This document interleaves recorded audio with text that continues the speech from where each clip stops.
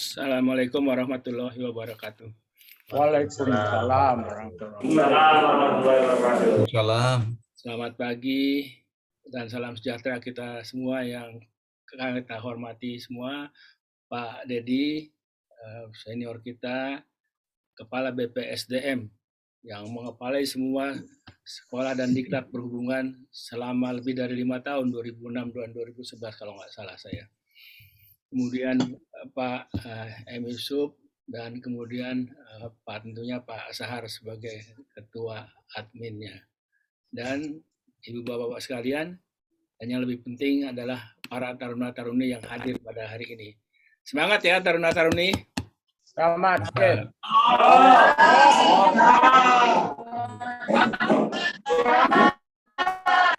Oke, kita mulai dan saya silahkan pembukaan oleh Bapak Sahar Andika. Pak Sahar, kami persilahkan Pak Sahar. Ya Pak, terima kasih. Assalamualaikum warahmatullahi wabarakatuh. Selamat pagi Bapak, Pak Wendy, Pak Yusuf, Pak Dedi, terutama Selamat Pak pagi. Niko dan Bapak Ibu semua. Taruna semua, selamat pagi.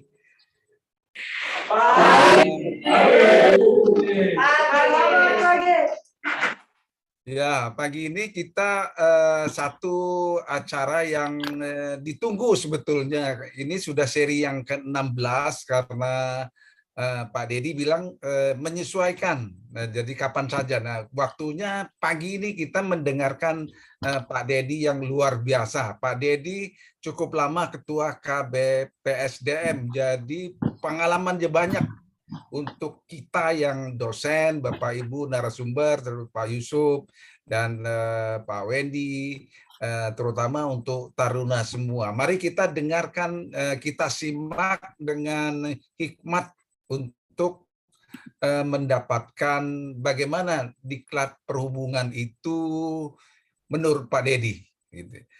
Terima kasih. Demikian Pak Wendy. Mohon perkenan lanjut. Terima kasih. Terima kasih Pak Sahar.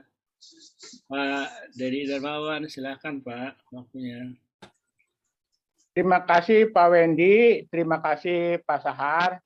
Saya kenalkan dulu Pak Wendy itu dulu Sekjen Kementerian Perhubungan, pernah menjadi Irjen Kementerian Perhubungan, Irjen Inspektur Jenderal, pernah juga menjadi Direktur Jenderal Perkeretaapian.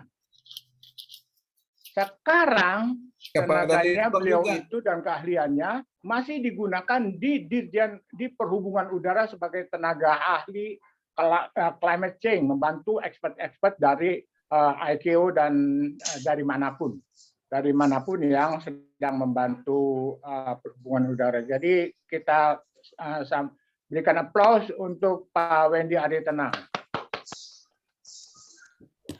Baik, selamat pagi untuk para taruna-taruni yang saya cintai. Pagi. Selamat pagi. Selamat pagi untuk Pak Sahar Andika. Selamat pagi untuk Pak Wendy.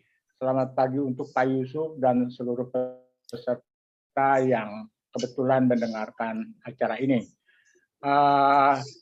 Saya diberi waktu 30 menit kalau tidak salah ya Pak Wendy. Ya, saya akan coba share screen dulu, kalau tidak bisa nanti saya dibantu. Saya coba share screen.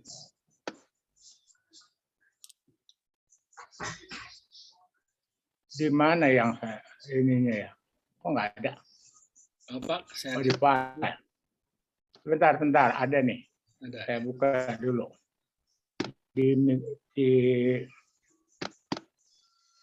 Semua kita harus bisa mengoperasikan ini. Tapi kalau tidak bisa ya Pak Lebih harus minta tolong. Tidak apa-apa. Tidak ada salahnya minta tolong. Karena minta tolong itu bagian dari memberikan kebahagiaan kepada orang lain. In giving, we receive. Mana ini ya? Kok nggak ada?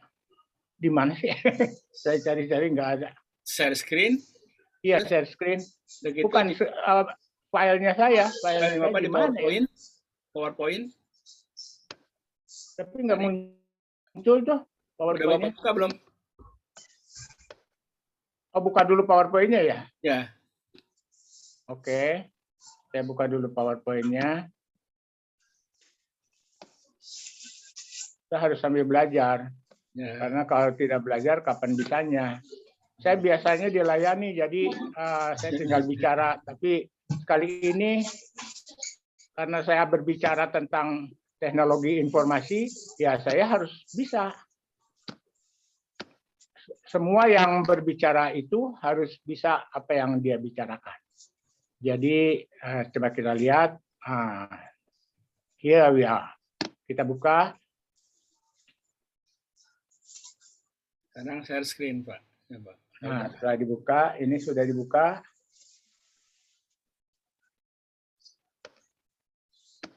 Tulisan share screen-nya di mana? Di paling bawah. Bawah ada share screen bawah. Oke. Paling bawah. Mana dia?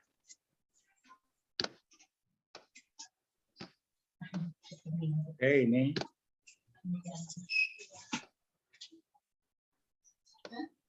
Oh, muncul. Pak Dedi belum share screen rupanya. Oh, ini dia. Wah, Iya, udah. mantap. Udah kelihatan? Udah kelihatan. Ya. Belum balik. Nah, oke. Baru Ini dia. Tapi PowerPoint-nya belum kelihatan. Enggak. PowerPoint-nya Belum. sekarang udah keluar, udah kelihatan. Baru Pak Dedi doang. Ini udah keluar? Belum. Di saya udah keluar ya? Oh, belum kebaca kali share screen itu ke bawah. Gimana caranya ini? Udah dibuka PowerPoint-nya, Pak? Udah dibuka. Mungkin ada file lain kali ya. Nah, ada tuh masuk dia. Sudah. Udah. Udah masuk ya? Yes. Oke. Ini akan kita bicarakan. Kenapa dia nggak muncul? Muncul lah. Oke. Yes. Mundur dulu. Mundur. Nah, kita bicara ini. Bicara tentang diklat SDM transportasi generasi berikutnya. Tapi selayang pandang. Kenapa selayang pandang? Karena kita semua sebetulnya termasuk para taruna-taruni itu sudah tahu diklat SDM transportasi yang masa depan tuh harus bagaimana. Tapi untuk silaturahmi ya kita bukalah. Kita bicarakan sedikit apa sih diklat SDM transportasi di masa yang akan datang. Nah, kita mulai dari sini, saudara-saudara sekalian, teman-temanku, sahabat-sahabatku, dan anak-anakku. Lingkungan strategis industri transportasi itu terdiri dari ini. Terdiri dari ada dunia industri, ada regulator, ada penyelenggara transportasi, ada customer, ada diklat SDM transportasi. Regulator kita tahu tentunya kan. Regulator tuh sekarang ini Kementerian Perhubungan. Ada Dirjen Perhubungan Darat, di dalamnya ada Dirjen Perhubungan Laut, ada Dirjen Perhubungan Udara, ada Kementerian Pendidikan, ada kementerian apapun yaitu regulator yang berhubungan dengan diklat SDM transportasi. Kemudian dunia industri. Dunia industri ini dunia industri apapun, termasuk industri transportasi yang ada hubungannya dengan SDM transportasi. Kemudian ada yang lebih spesifik adalah penyelenggara transportasi. Apakah itu transportasi darat, transportasi laut, transportasi udara, kereta api, dan nanti ada transportasi pipa, dan macam-macam lagi. Mungkin ada transportasi kabel yang bolak-balik didengungkan oleh Pak Haji Sahar. Ya, itu penyelenggara transportasi. Sudah tentu ini sangat erat kaitannya dengan SDM transportasi.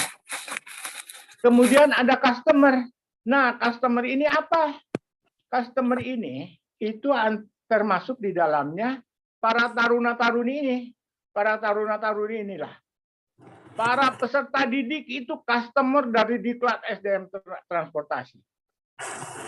Di dalamnya ada dosen, ada instruktur, ada segala macam. Dan di dalamnya juga ada manajemen penyelenggara Diklat SDM Transportasi. Nah, ini semuanya ini itu berada dalam lingkungan strategis industri transportasi. Industri transportasi sangat dipengaruhi oleh 5 ini. Saya tidak tahu ya, saya sering mendengar yang disebut pentahelix. Tapi ini sebutan saya nih, pentahelix Diklat SDM Transportasi, menurut saya itu begini. Kita lihat berikutnya. Apa sih sebetulnya yang berkembang di dunia ini yang mempengaruhi lingkungan strategis industri transportasi? Ada banyak sebetulnya. Tapi saya tampilkan 4 saja. Karena ini yang saya tahu dan bolak-balik dibicarakan oleh teman-teman semua. Yang pertama, itu bahwa transportasi digital, termasuk teknologi artificial intelligence, itu sekarang ini merupakan suatu keniscayaan yang berkembang pesat. Dia berkembang, tidak bisa dibendung, tidak bisa dihalang-halangi, tiba-tiba ada di depan kita. Jadi, dan ini milik semua orang, bukan milik mereka yang generasi sekarang saja, seperti para taruna-taruni, tapi milik saya juga, milik mereka-mereka yang sudah old fashion, sampai saya terpaksa harus ngutak-ngatik tadi, karena itu semua harus belajar. Karena kehidupan di dunia ini sekarang sudah berisi itu. Berisi digitalisasi dan artificial intelligence. Mau tidak mau, apapun, melangkah kemanapun kita bertemu dengan itu. Tidak usah jauh-jauh, rice cooker saja. Rice cooker, itu di dalamnya sudah ada artificial intelligence yang sederhana. Kita mau masak nasi, tinggal pijit di satu tombol, mau masak daging supaya empuk, kita pijit di tombol lain, itu otomatis dia ikuti keinginan kita. Nah, jadi artificial intelligence itu adalah suatu keadaan atau suatu teknologi di mana alat itu bisa mengikuti keinginan dari kita, mengikuti intelijensia kita. Kalau kita bodoh, ya alatnya juga bodoh. Kita pandai, ya alatnya juga akan pandai. Kita tidak, nah, artificial intelligence itu sehebat apapun dia memang tidak bisa lebih pandai dari kita. Anyhow, bagaimanapun, tetap manusialah yang paling unggul. The man behind the gun, yang dibutuhkan untuk dalam situasi apapun. Mau semuanya sudah berubah digital, mau semuanya sudah menggunakan artificial intelligence, manusia di belakangnya lah yang masih sangat dibutuhkan. Di mana dibutuhkannya? Nanti di slide paling akhir saya akan tunjukkan betapa pentingnya manusia. Mungkin waktunya Pak Wedi agak panjang, sedikit ya, mungkin melewat 1-2 menit, mohon maaf. Jadi saya akan skip beberapa slide, saya akan nanti segera sampai ke slide-slide yang penting. Nah, yang kedua itu adalah yang sekarang berkembang di dunia, masyarakat itu terhadap pelayanan, ekspektasi masyarakat terhadap pelayanan transportasi itu sudah meningkat, sekarang udah macam-macam. Banyak sekali, misalnya ngantri di bandara udara. Kenapa? Karena mereka ingin cepat atau bergerombol. Mereka ingin cepat di tempat tujuan. Mereka marah-marah. Mereka ngamuk di airport. Kenapa? Karena mereka ingin cepat sampai di tujuan. Dulu nggak ada tuh yang marah-marah di bandara, nggak ada yang ngantri sampai berbondong-bondong. Sekarang telat aja sedikit kita layani mereka, mereka sudah ngamuk. Di stasiun kereta juga begitu, di mana-mana begitu. Karena memang masyarakat sudah berubah milienya itu. Ekspektasi masyarakat terhadap transportasi itu sudah berubah. Mereka ingin sesuatu yang serba cepat. Serba cepat lah, serba cepat, mereka mau langsung ada. Terus yang berikutnya adalah, nah ini pergerakan alat transportasi sekarang sudah semakin cepat. Kalau dulu maksimum hanya 120 km per jam, sekarang di tol aja sudah sampai 200 km per jam, sampai nabrak pembatas jalan dan meninggal 2 orang. 1 dihukum. Anaknya masih mudah-mudahan sehat. Bukan hanya itu, kereta cepat 400 km per jam yang tidak pernah kita duga sebelumnya. Bukan hanya itu, pesawat yang tanpa awak sekarang ada yang sudah diluncurkan 1000 km per jam. Luar biasa. Jadi kita tidak bisa termenung karena dalam sedetik entah udah sampai di mana itu sarana transportasi. Kemudian teknologi transportasi semakin cepat perkembangannya. Ini ada kaitannya tadi dengan pergerakan sarana transportasi yang semakin cepat. Karena memang teknologinya semakin aneh-aneh dan canggih-canggih. Di pesawat, di kapal laut, di kereta api, di bis kota, dimanapun peralatannya sudah semakin berkembang. Nah, ini yang paling sering dilupakan. Tentang perubahan iklim ekstrim akibat rumah kaca. Ini mau tidak mau menjadi bagian dari perkembangan global yang sangat mempengaruhi lingkungan strategi industri transportasi. Saya tidak mau berpanjang berbicara soal ini karena kebetulan yang menjadi moderatornya sekarang ahli di bidang ini. Jadi kalau saya bicara ini salah, nanti saya ditertawakan. Jadi saya skip saja ini. Nah, terus ada lagi yang paling penting sekarang, memang ini hanya sesaat datangnya, itu tentang pandemi COVID. Bahkan sekarang sudah berkembang dengan apapun. Mungkin nanti ada lagi. Memang ini keadaan yang sesaat, artinya datang dalam satu periode. Tapi bagaimanapun tetap harus diperhitungkan di dalam industri transportasi itu. Kenapa? Karena hal yang seperti ini nanti mungkin ada lagi. Jadi kita harus siap-siap. Jadi di bandar udara itu betul, kalau kita mau merencanakan bandar udara, mau merencanakan stasiun bis, mau merencanakan stasiun kereta api, layoutnya itu harus memperhatikan hal-hal seperti ini. Yang tadinya bisa langsung berhadapan dengan penjual karcis, mau tidak mau sekarang mungkin harus pakai jarak atau jualannya online. Seperti hal-hal yang demikian. Jadi pandemi COVID ini adalah salah satu contoh yang harus kita perhitungkan dalam merencanakan transportasi, industri transportasi. Karena bukan ini saja, bisa terjadi lagi hal yang lain.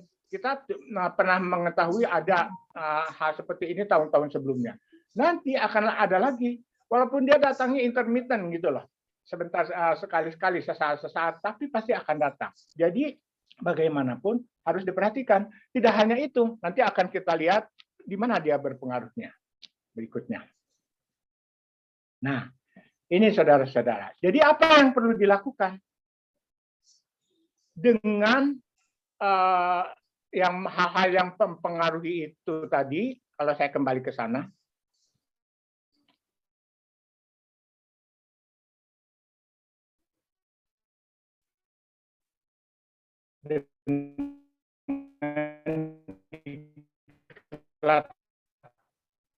SDM transportasi ini apa yang harus lingkungan strategi? Yang pertama untuk diklat SDM transportasi dibanding diklat vokasi yang sedang kita lakukan ini dengan sekolah yang lebih baik di dalam negeri kalau ada ya, dan utamakan di luar negeri kalau ada, bukan kerjasama.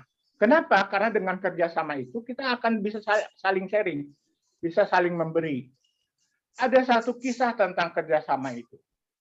Jadi entah di mana, di negeri entah berantah, apakah itu di Texas atau di Colorado atau di mana, ada satu namanya pohon, namanya pohon merah, red tree, red oak atau apapun namanya.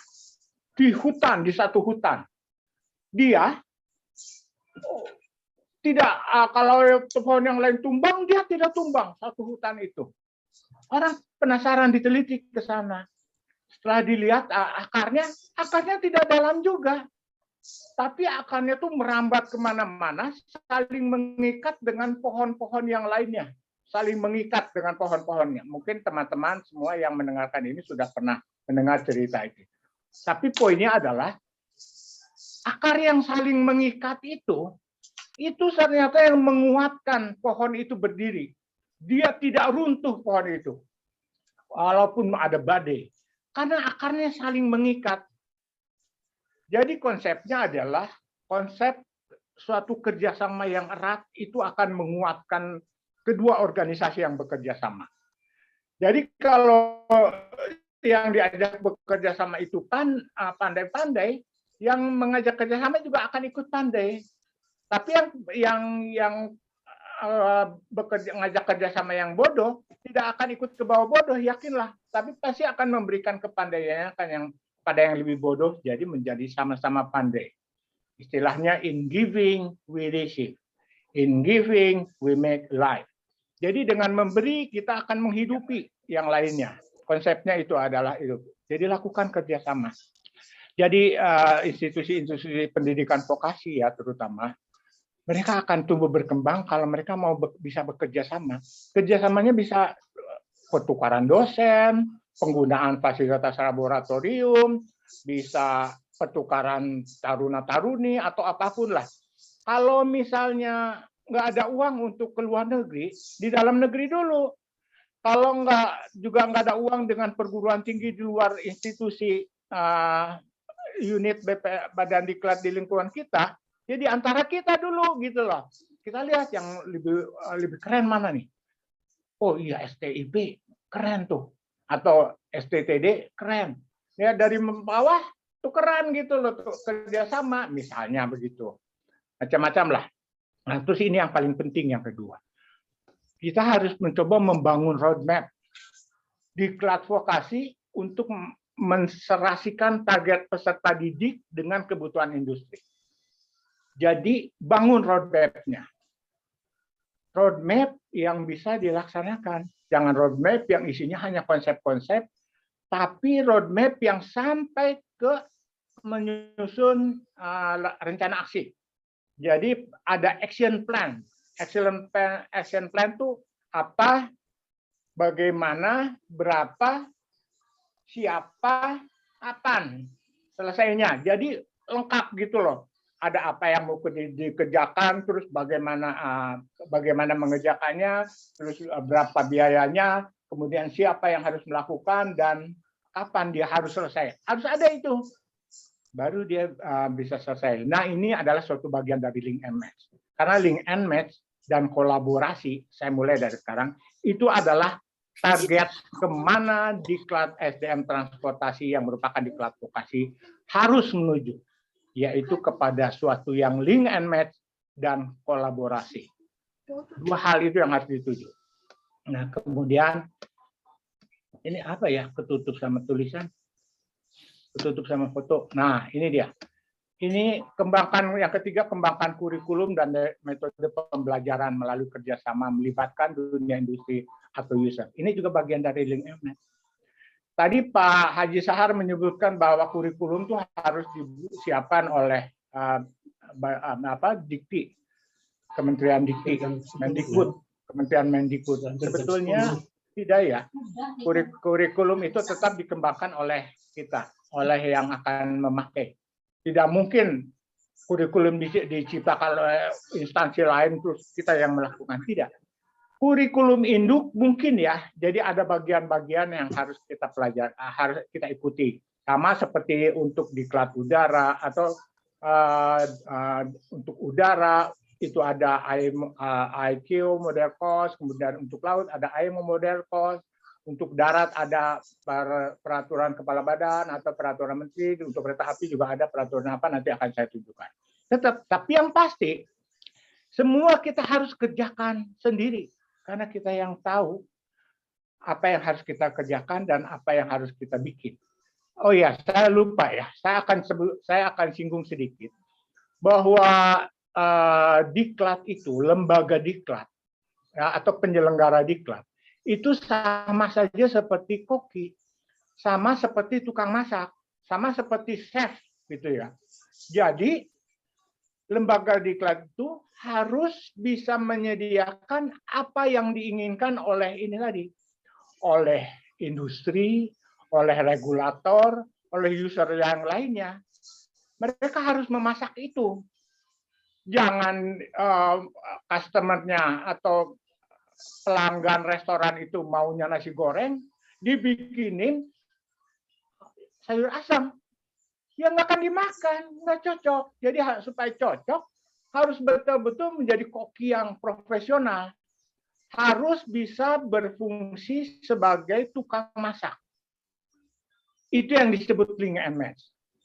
Nah, baru kalau pelanggannya atau si tuan rumahnya nih tidak tahu apa yang ingin dimakannya pagi hari, tidak tahu apa yang dia akan dimakannya siang atau malam, barulah si koki itu, si juru masak itu memasak. Tapi itu pun tidak sembarangan masak. Dia harus cari tahu entah dari mana, apa sih kesenangan si tuan rumah saya ini, apa sih yang biasa dimakan, yang cocok untuk dimakan pagi. Tetap dia harus cari tahu apa yang ingin dimakan oleh tuannya. Jadi nggak asal-asalan. Tidak si koki itu masak asal lo makan ini, disediain sampai mubazir, nggak dimakan. Makanannya terpaksa dibuang di tempat sampah. Saya tidak ingin itu terjadi di lingkungan BPSDM Kementerian Perhubungan. Tidak ingin. Jangan sampai apa yang dimasak oleh koki itu kemudian tidak ada yang makan. Dibuang begitu saja. Jangan sampai terjadi. Jadi supaya tidak terjadi seperti itu, saya akan kembali dulu sedikit-sedikit aja. Nah tadi. Saya ingin bicara ini customer, tadi lupa saya singgung customer. Customer itu dia punya hak untuk berbicara. Di dalamnya adalah ada taruna-taruni. Jadi taruna-taruni bukan kadang-kadang, bahkan lebih sering lebih pintar daripada dosen-dosennya, lebih pintar daripada manajemen. Jadi taruna-taruni ini, saya bukan penghasut ya, bukan untuk membuat kalian memberontak, tapi kalian harus menyampaikan pendapat. Pak, sekarang di luar itu, Pak kasih tahu, misalnya kereta itu dia butuh orang yang ahli begini, ajarin kita begituan, Pak. Nah, seperti begitu. Oke lah, itu saya lewat dulu. Balik dulu sedikit. Nah, kira-kira gitu. Jadi, BPSDM itu atau unit-unit pendidikan itu harus bisa berfungsi sebagai koki. Koki yang profesional. Jangan koki yang asal-asalan masak, terus jadi nggak dimakan sama tuan rumah. Nggak dimakan sama pelanggan restoran. Dibuang, kan sayang. Nah, itu yang disebut link and match sederhananya. Dilakukan melalui apa? Ini nih, kolaborasi. Kemudian ini, kembangkan jenis diklat vokasi sesuai dengan kebutuhannya. Berapa lama pendidikannya? Tadi disinggung oleh Pak Yusuf. Lama amat itu untuk PKB sampai 4 tahun. Padahal dia 3 bulan, 4 bulan juga mungkin cukup. Saya bilang nggak tahu, saya udah ngusul-ngusulin, tapi nggak itu. Nggak ada masalah, nanti kita diskusikan mau 3 tahun ke, mau 4 tahun ke. Karena memang dunia kita sekarang nih, dunia kita di Indonesia, butuhnya itu sarjana, butuh ijazah. Pegawai negeri itu kalau hanya 2 tahun sekolah, masuk ke pegawai negeri, gajinya cuma 1.200.000. Mau gaji 1.200.000. Kan mendingan gaji yang langsung 3.200.000, 3.600.000 kalau udah 3A. Jadi soal waktu nanti bisa. Tapi yang paling penting ini nih, saudara-saudara sekalian.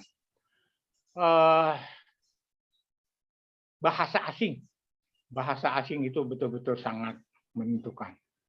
Kemudian ini yang paling penting lagi adalah tingkatkan kualitas dosen, instruktur, fasilitas laboratorium, fasilitas praktek, dan manfaatkan big data. Nah ini. 3 di atas tadi, kerjasama internasional, kerjasama dalam negeri, atau apapun untuk kerjasama apapun, kemudian link and match, collaboration, link and match, collaboration, segala macam, ini harus didukung oleh ini nih. Oleh peningkatan kualitas dosen, instruktur, fasilitas laboratorium, fasilitas praktek, dan pemanfaatan big data. Terutama itu ya, kualitas dosen dan instruktur. Gini ya, saya itu dulu, tadi sudah disinggung, menjadi kepala Badan Diklat yang kemudian menjadi kepala BPSDM sejak 2005 sampai 2010 akhir. Hampir 6 tahun sampai 2005 kalau nggak, hampir 6 tahun. Itu merasa pandai, merasa segala bisa. Merasa segala bisa. Padahal itu 11 tahun yang lalu. Tapi sekarang saya masih merasa bisa, masih sombong saya bisa segala macam. Tahu tidak saudara-saudara? Seminggu lalu saya ngobrol dengan salah satu pegawai di BPSDM, pegawai di Pusbang Laut, bukan bosnya, bukan kapus banknya. Kalau dengan kapus banknya sih wajar lah. Ini hanya dengan pegawai di sekretariat badan, mereka menyodorkan ke saya, Pak, ini kami mau membangun BPSDM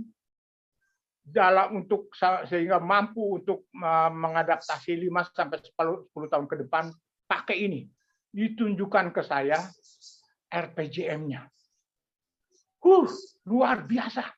Luar biasa saya bilang. Masya Allah. Saya ada di mana ini? Saya jadi ingat, jangan-jangan saya ini seperti apa yang dituliskan di dalam surat Al-Kahfi. Mohon maaf ya untuk yang beragama Islam. Kalau yang suka baca Quran dan mengerti Al-Quran, ada surat Al-Kahfi yang menceritakan ada sekelompok pemuda yang masuk ke dalam gua, kemudian dimatikan oleh Allah, oleh Tuhan Yang Maha Esa, ditidurkanlah. Bangun-bangun kemudian dia belanja pakai uang yang dia punya waktu itu. Diketawain. Saya takut dosen-dosen BPSDM atau instruktur BPSDM juga begitu. Dia merasa dia masih pandai gitu loh. Dia merasa masih pintar. Nggak pernah belajar, nggak pernah membaca Google. Udah kelewat ya waktunya. Sedikit lagi ya, sedikit lagi. Nah, itu jadi harus belajar. Oke, saya lanjutkan. Kalau kemudian fasilitas laboratorium dan fasilitas praktek, itu juga harus diperhatikan betul. Jangan yang zaman dulu aja yang dipakai. Ada yang baru, beli, pakai.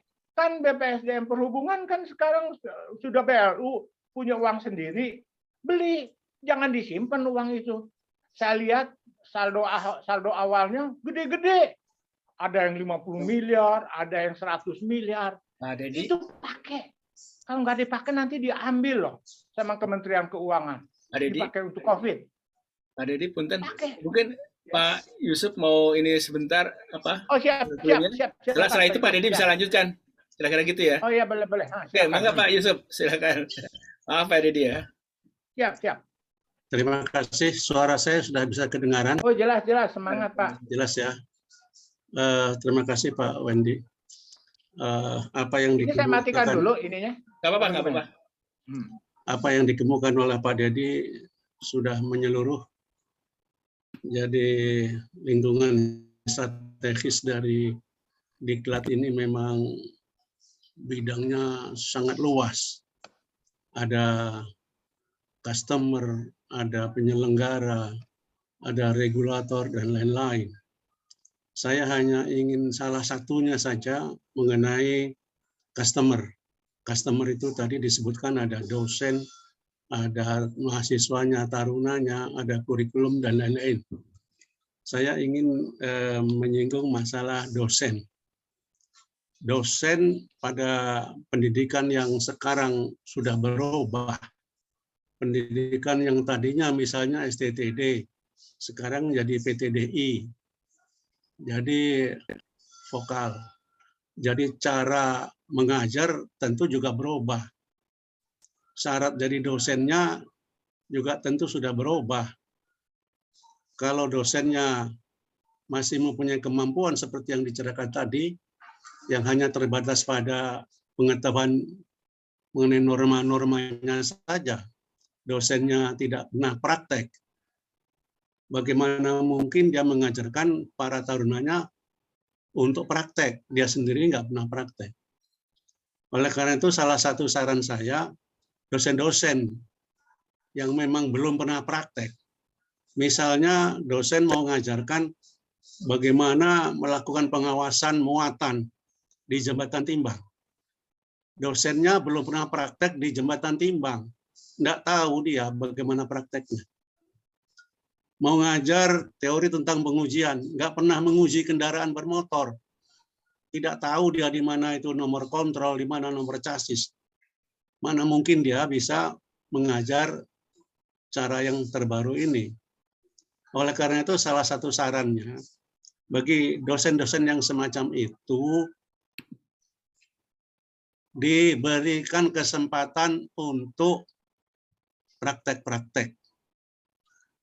Ya, mungkin dikasih kesempatan, dia sendiri mau ngajar mengenai pengawasan lalu lintas, dia praktek dulu.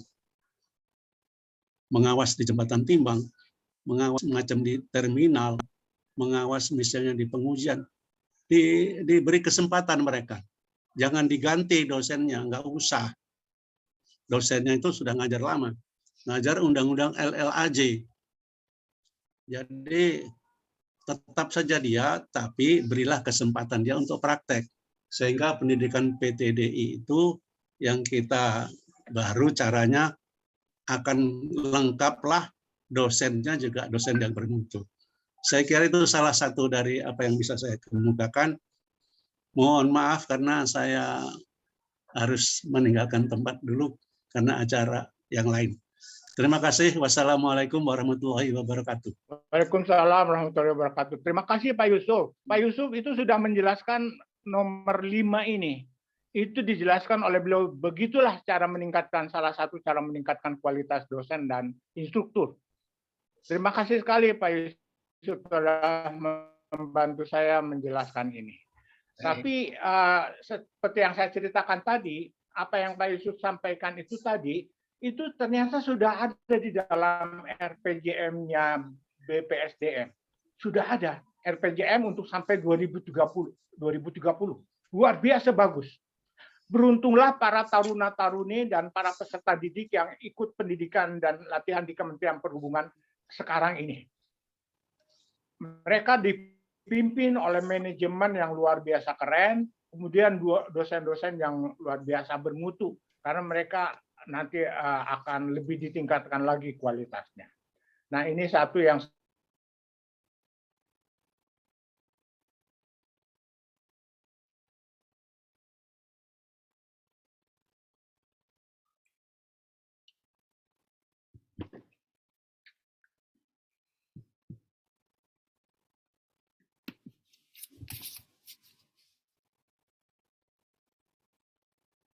dengan pandemi COVID, ya itu yang seperti saya bilang tadi.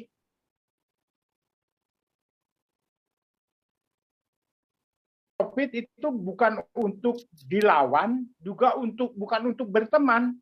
Ya nafsu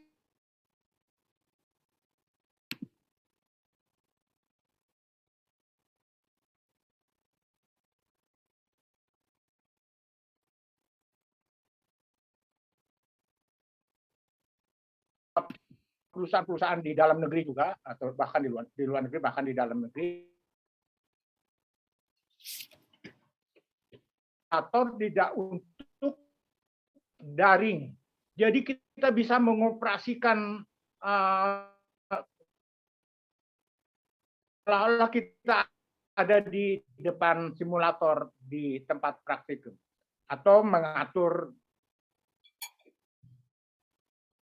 menjadi 24 jam kerangka hidup nafsi dengan kopi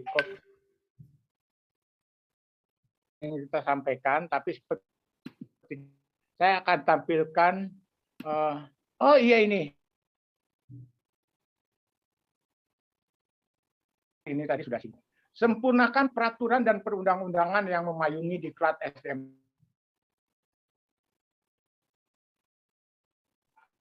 mau tidak mau harus ada payung yang bisa menyemangati semua dengan firm, dengan yakin. Sempurnakan. Kalau memang perlu disempurnakan. Kalau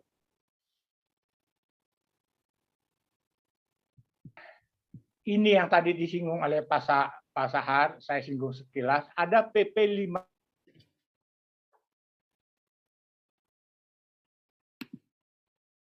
mungkin harus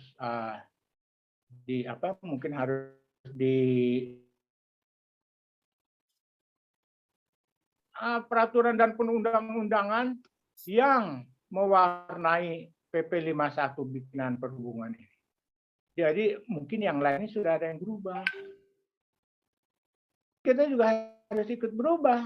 Ya, oke. Selanjutnya, oh iya ini ada. Saya sampaikan aja karena amanat dosa kalau tidak disampaikan amanat dari Bapak Presiden kita tentang pendidikan vokasi yang link and match. Salah satu hal yang bisa dilakukan adalah mulai melakukan. Siap. Dan screen-nya itu hilang. Jadi kalau mau di share screen lagi PowerPoint-nya boleh. Tadi share screen-nya hilang. Oh. Nggak kelihatan slide-nya. Wah, sayang sekali ya. Gimana caranya ya? Coba. Atau saya iniin. Oh, ini dia nih. Nih. Ada. Oke. Sekarang? Ada? Belum? Sudah ada sekarang? Belum? Belum? Belum, Pak. Kenapa ya? Kalau gitu video saya aja saya hapus ya. Videonya supaya mungkin ini sinyal. Oke, mungkin juga ya. Saya hapus videonya. Saya udah kelamaan tampil. Tapi tetap hilang. Bagaimana sekarang? Tetap belum ada. Tetap belum ada. Oke, kalau gitu coba Bapak bisa bantu teruskan. Oke ya. Oke. Karena ada yang penting yang harus saya sampaikan. Ya.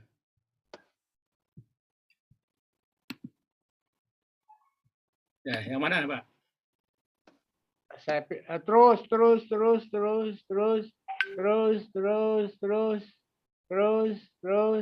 Nah, ini dulu up. Situ dulu, naik dulu, Pak. Naik. Yang tadi yang ada gambar presiden. Penting itu. Oh, ini benar. Nah, ini dia. Jadi, ini saya harus sampaikan karena ini amanat dosa kalau nggak disampaikan. Salah satu hal yang bisa dilakukan untuk menuju ke sana adalah mulai melakukan reformasi. Jadi teman-teman semua, lakukan reformasi di sistem pendidikan dan pelatihan vokasi yang dilakukan secara terpadu dan terintegrasi. Itu pesan dari Bapak Presiden kita loh. Bayangin itu seorang presiden sampai ngurusin yang begini-beginian. Kalau kita tidak lakukan itu sangat keterlaluan. Tapi alhamdulillahirabbil alamin seperti yang saya sudah sampaikan tadi, BPSDM Perhubungan sudah melakukan itu dan sudah menyempurnakan. Lanjut Pak. Mohon izin. Ya, enggak.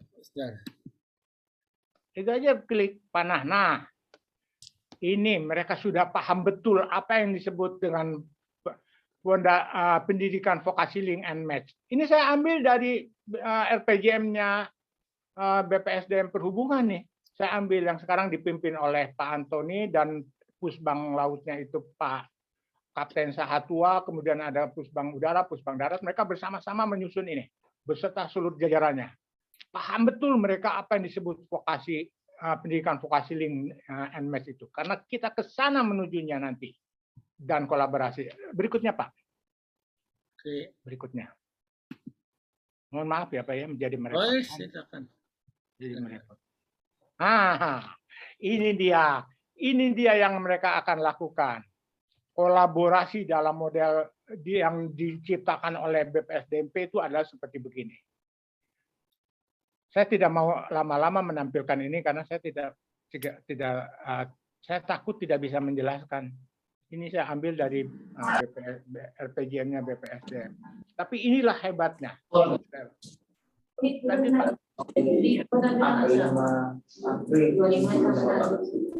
Pak mohon lanjutnya. Ya. Mohon selanjutnya. Baik. Jadi begini. Bukan ya? Ini bukan? Ya, ya, terus, ini dia. Ini yang akan mereka kerjakan. Yang akan mereka kerjakan itu. Dan di laut, di pusbang laut, mereka sudah memulai melakukan ini.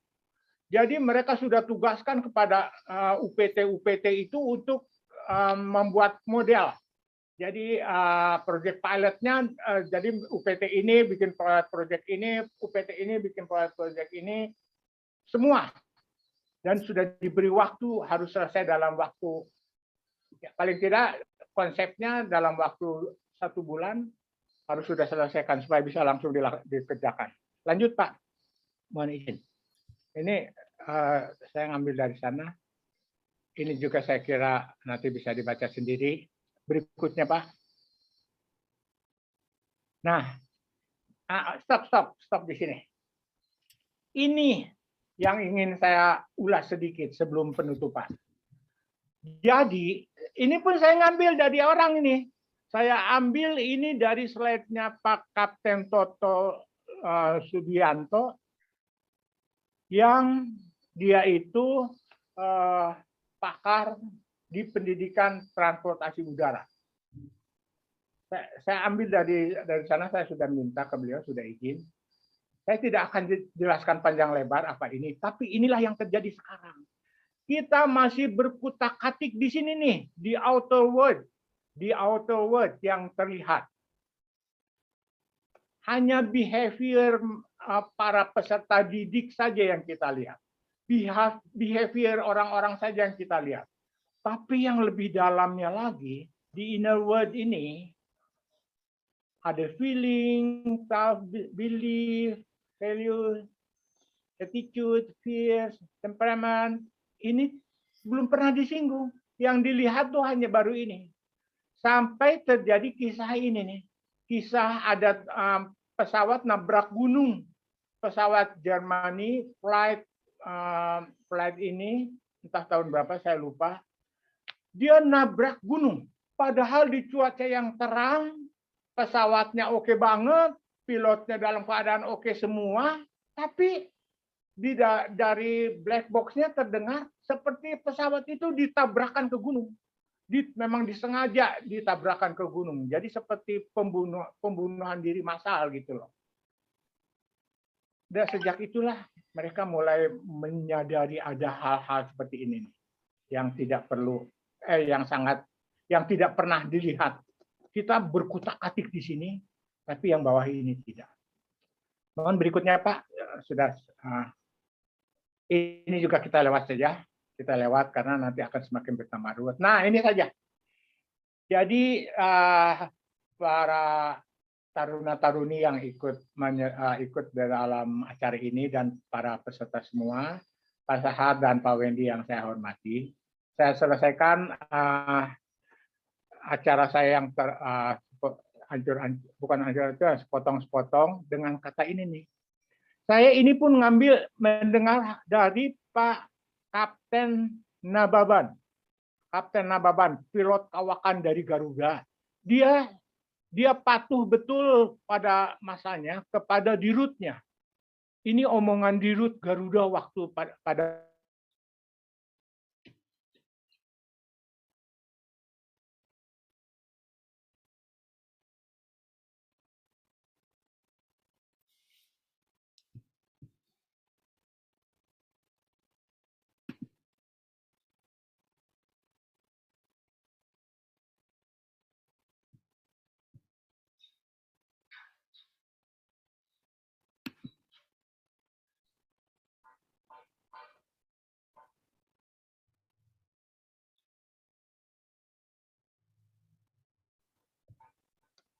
Jadi, halo.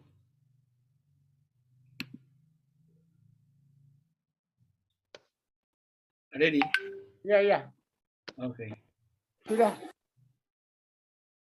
ya. Itu soal internetnya jelek nih, saya yang mungkin internet jelek. Jadi keputus-putus. Bagus kok suara Bapak. Saya harus tutup dulu ini mungkin. Nah, supaya bisa jelas. Sekarang jelas, Pak? Sudah? Sudah. Ya, terima kasih Pak Wendy dan teman-teman semua. Sudah presentasi saya yang sebagian-sebagian tadi sudah selesai.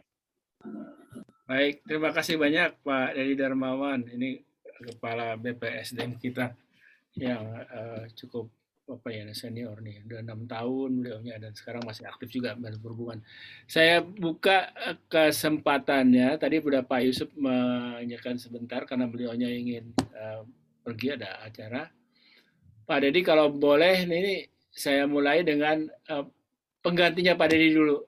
Itu Pak Kepala BPSDM juga tuh, Pak Bobi Mamahit. Gimana Pak Setuju Bobi? Pak, setuju sekali. Selamat Ya, selamat pagi Pak Bobi. pagi. Suara saya jelas, Pak ya? Jelas, Jelas. jelas. Ya, ya mungkin saya hanya menambahkan dari paparan Pak Dedi yang tadi disampaikan adalah senior saya dan sudah lengkap sekali Pak Dedi. Jadi kalau ditambahkan ini cuma sisipan aja sih. Saya cuma mengutip lagi yang tadi Pak Dedi sampaikan ya mengenai the man behind the gun, itu memang itu yang paling penting dari semua aspek kehidupan, khususnya untuk transportasi ini ya the man behind the gun itu. Jadi kalau bahasa sehari-harinya ya pilot, nakoda kapal, ya supir bus, terus masinis kereta api, itu mereka adalah orang-orang yang memang pada saatnya mereka bertugas, keselamatan ada di tangan mereka. Jadi kita ini yang mungkin yang di kantor ya itu hanya mencari kebijakan, menentukan kebijakan, mencari solusi segala macam.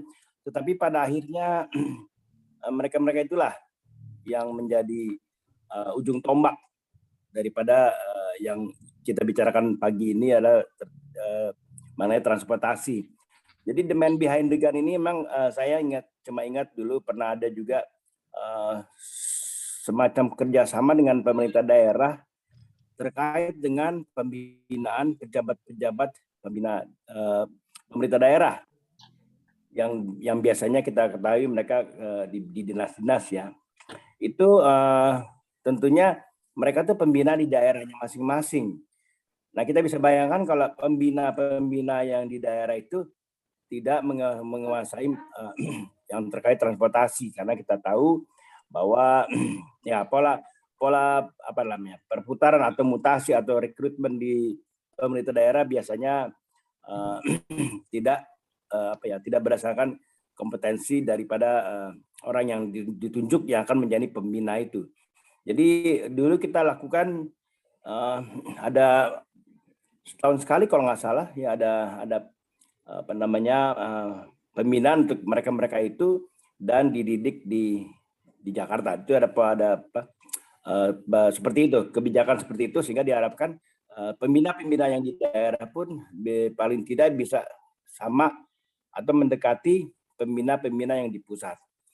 Yang kedua tadi mengenai dosen, yaitu memang dosen tadi Pak Yusuf juga tadi menekankan dosen itu memang diharapkan dosen-dosen yang berpengalaman dalam arti baik teori maupun praktek. Jadi memang serba aneh juga kalau hanya teori tetapi praktek tidak dikuasai. Nah, ini menjadi masalah kadang-kala untuk mencari dosen yang selengkap itu sepertinya agak kesulitan ya, karena yang saya ketahui juga bahwa dosen-dosen di BPSDM atau di seluruh diklat-diklat yang dilakukan BPSDM itu lebih banyak kepada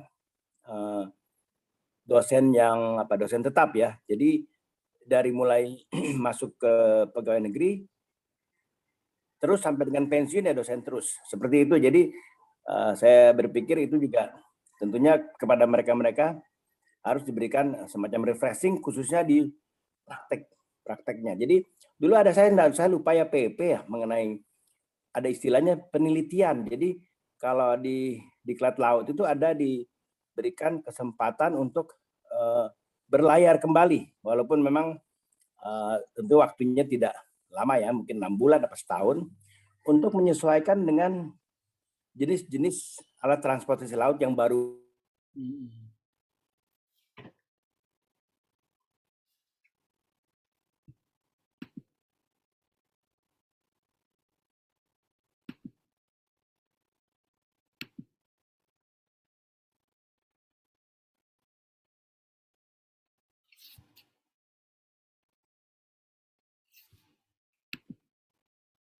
kepada dosen-dosen yang terkait dengan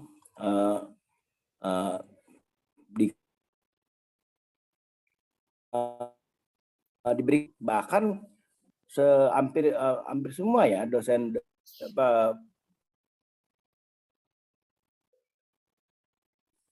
juga kesempatan untuk airline swasta gitu.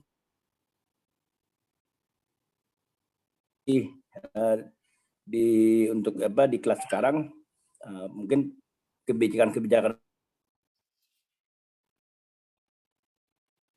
selama ini tetap juga berjalan. Dan yang terakhir sendiri, jadi perlu ditingkatkan kemampuannya, entah diberikan kesempatan untuk memberikan, sehingga bisa dipertahankan kualitas dosen, karena tentunya nanti pada akhirnya adalah menerima pelajaran itu harus dari dosen-dosen yang tentunya bisa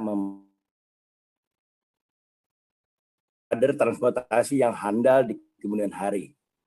Mungkin dari saya hanya itu aja, karena tadi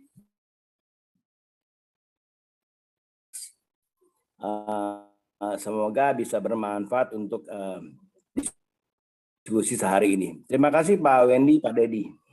Terima kasih banyak Pak Bobi. Ini mohon maaf nih, kita nih kelihatannya di semua hal internetnya lagi wifi-nya turun naik ya, jadi babak putus. Saya Pak Sahar dan ada Taruna nih, silahkan Taruna supaya lebih bersemangat. Tadi Pak Dedi udah membuka dengan perkataan bahwa agar Taruna berani untuk bukan hanya bertanya tetapi juga berpendapat ya Pak Dedi ya. Silakan, ada Poltrat Bali, ada mana nih MTJ 1B, mana lagi nih, ada beberapa bahkan.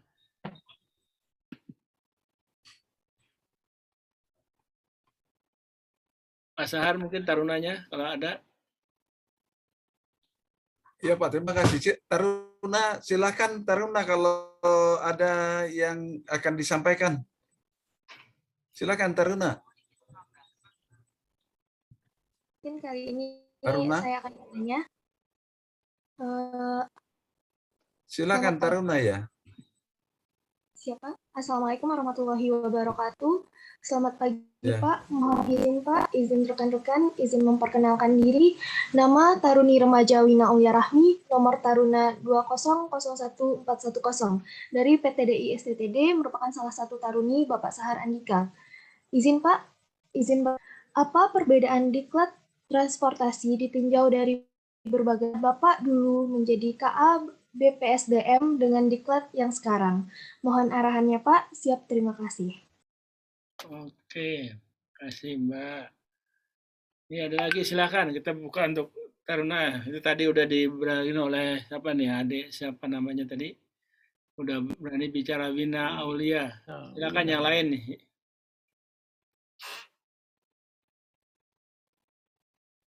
Taruna Yuspaul, silakan. Yuspaul, silakan kalau mau tanya. Jadi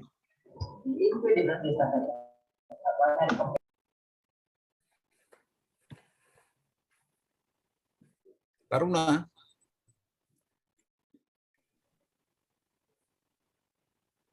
Ini ada nih, siapa dari Poltrada Bali, siapa?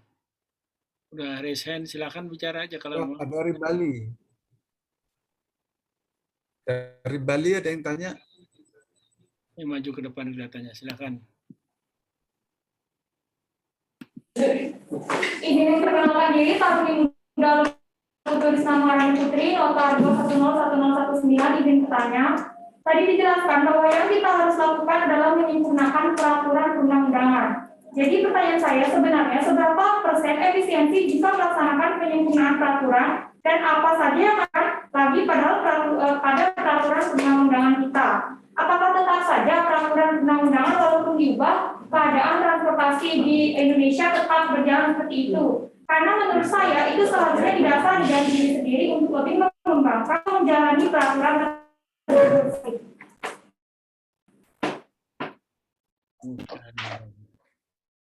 Oke, baik. Baik, terima kasih. Pak Sahar, ada lagi anak buahnya? Taruna masih ada? Dari Bali itu, Pak. Dari Bali. Ya, ada Bapak. Itu yang punya tadi. Ya, silakan dari Bali. Ya. Yang mana nih? Izin atasan, izin senior menyesuaikan. Perkenalkan Taruna Muda Ibrian Sen Gaul, nomor Taruna 210134, izin bertanya. Seperti yang dijelaskan pada poin pertama dari narasumber pertama, untuk meningkatkan SDM dilakukannya kerjasama dan studi banding diklat vokasi dengan sekolah yang lebih baik di luar negeri. Yang menjadi pertanyaan saya, apakah Kementerian Perhubungan memfasilitasi untuk taruna-taruninya untuk melakukan studi banding ke luar negeri dalam artian untuk menambah wawasan seorang taruna-taruni di masa mendatang, terkhusus untuk di Polda Bali. Sekian, terima kasih.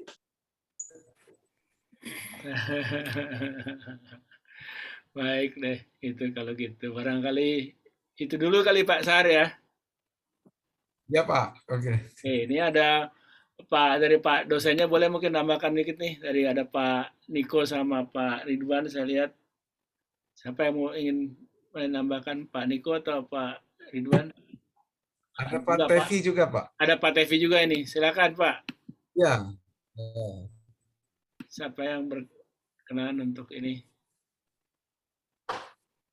Pak Ridwan belum. Pak Niko? Ya. Pak Pepen, ada Pak Pepen? Terima kasih, Pak. Nanti Pak Pepen. Ya, saya mungkin. Pak Niko, silakan. Terima kasih, Pak Wendy. Ya, saya buang saran saja. Jadi saya sepakat omongan dari Pak Dedi mengenai dan Pak Bobi mengenai formasi mengenai pendidikan di BDSDM. Kemudian saya juga mengikuti perkembangan di memang ada kelemahan dari kita kebanyakan bahwa ada pergerakan dari perubahan dari akademik ke menjadi vokasi. Sehingga saya mendukung bahwa dosen-dosen yang belum pernah bekerja pengalaman di lapangan terutama itu mesti diberi magang. Sedianya tahu apa yang diajarkan. Jangan hanya mengenai teori saja, Pak. Terutama misalnya saya di kereta api. Walaupun dia sarjana sampai S3 pun, tapi belum pernah mengalami pendidikan di lapangan atau tidak mengenal lapangan, bagaimana tahu misalnya kereta api itu ada setirnya apa tidak, remnya di mana, kan mesti dijelaskan, Pak. Sehingga perubahan pengajaran akan berubah menjadi apalagi dalam saat ini berubah menjadi kasarnya prakteknya banyak, Pak. Tapi itu bisa didukung dengan memberikan anak-anak ini pembelajaran dengan YouTube. Karena YouTube sekarang banyak sekali macam apapun seperti Pak Dedi bilang apapun ada. Nah, kita hanya sekarang untuk mengimbangi itu dosen-dosen ini diberi kesempatan untuk magang. Nah, masalahnya nih kepada pimpinan waktu magang ini dianggap untuk kerja apa tidak. Nah, itu aja masalahnya, Pak. Nah, jadi kami seperti tadi Pak Dedi meminta pendapat, saya berpendapat bahwa semua dosen yang belum pernah pengalaman di lapangan, yaitu misalnya dari D1, D4 langsung kerja S2, langsung mengajar, nah saya kan belum pernah ada pengalaman di lapangan, Pak, diberikan kesempatan dia untuk magang. Dengan catatan kesempatan dia magang itu diperhitungkan sebagai waktu mengajar. Itu aja pendapat saya, Pak. Jadi anak-anak ini pun yakin, jangan ada walaupun dia anak taruna ini kan dia tahu bagaimana ngajar orang dia belum pernah ke lapangan karena omongan tuh bisa kemana-mana, Pak. Saya alami. Itu yang terjadi di PTDI juga. Jadi setidaknya yang dosen yang mengampu bukan dilihat dari statanya, tapi pengalaman kerja pun didampingi. Gitu. Nah, itu saran saya, Pak Wendy. Makasih, Pak. Makasih, Pak Niko. Memang unik ya, betul. Apalagi kalau di kereta api ya. Kalau belum pernah ngalami melihat sendiri, atasi sendiri kejadian tabrakan, susah cerita. Silakan Pak, sama Pak Tevi mau bicara, Pak Tevi. Belum ada. Kalau belum ada, saya kembalikan. Pak Pepen, Pak. Pak Pepen, Kapus SDM. Pak Pepen. Baik. Terima kasih Pak Wendy. Assalamualaikum warahmatullahi wabarakatuh. Waalaikumsalam. Selamat pagi Pak Wendy. Pak Bobi, Pak Dedi, juga Pak Sahar ya. Setelah kita mendengarkan tadi pengantar suara dosen itu dari Pak Dedi, banyak hal yang menarik dan itulah yang harus kita simak, terutama yang berkecimpung di SDM transportasi. Tadi disampaikan bahwa salah satu unsur adalah kurikulum. Hanya masalahnya di lingkungan kita itu, kurikulum itu siapa yang sesungguhnya yang harus menyusun. Tadi disampaikan bahwa sebaiknya kurikulum itu ya disusun oleh yang akan memakainya. Artinya bahwa perguruan tinggi yang bersangkutan berwenang untuk menyusun kurikulum dan silabusnya. Di lain pihak bahwa pada saat saya di Sepang juga para kapus dan di BPSDM semua bersama-sama menyusun kurikulum dan silabus. Silabus-silabus yang sudah disusun tersebut kayaknya itu tidak digunakan oleh masing-masing sekolah karena itu tadi masing-masing sekolah, masing-masing akademi, masing-masing poltek itu dia memiliki kurikulum silabus sendiri. Hanya masalahnya sekarang katakanlah di politeknik perhubungan laut itu mempunyai program antara politeknik yang satu dengan yang lain itu memiliki program atau jurusan yang sama.